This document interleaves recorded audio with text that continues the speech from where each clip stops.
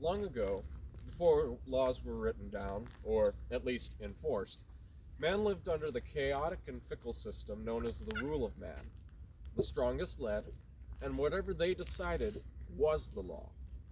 With no one to stop them, you would often see things like this. I take my sheep, they're mine! I raise them! I'll rip your arms off if you do! They're my sheep now. Kill him. Simply put, might made right. Contrast this to the modern farmer, who, though having nothing but a few acres to his name, has a far better chance of protecting himself against land-hungry corporations. He is safe only because of a document written that both he and the CEO must obey.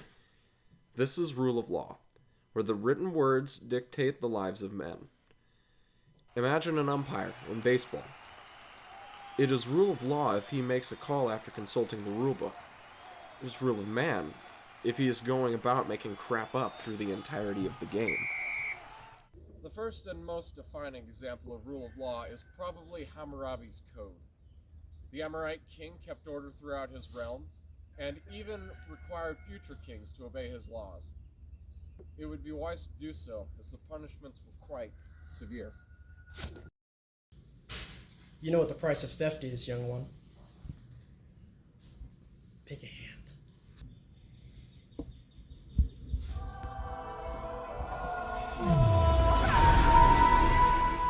Hands, feet, even heads rolled. Today it's a very different story. Now let's look at the United States. Its Constitution should be the strongest embodiment of rule of law. And indeed, it should be. But does America really follow its Constitution? To be rule of law, all decisions must be based from a source document that is mostly unchangeable.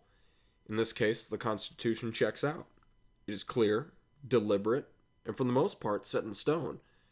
However, justice must apply equally to all, and no one is exempt. This is where things begin to break down.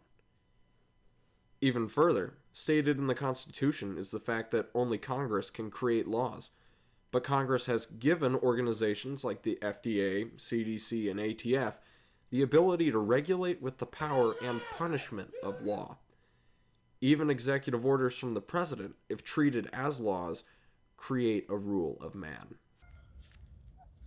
So, while we may not fear for our lives and liberty in the same way the serfs may have, keep yourselves aware, as we find ourselves slowly slipping into a time when men are kings in all but name.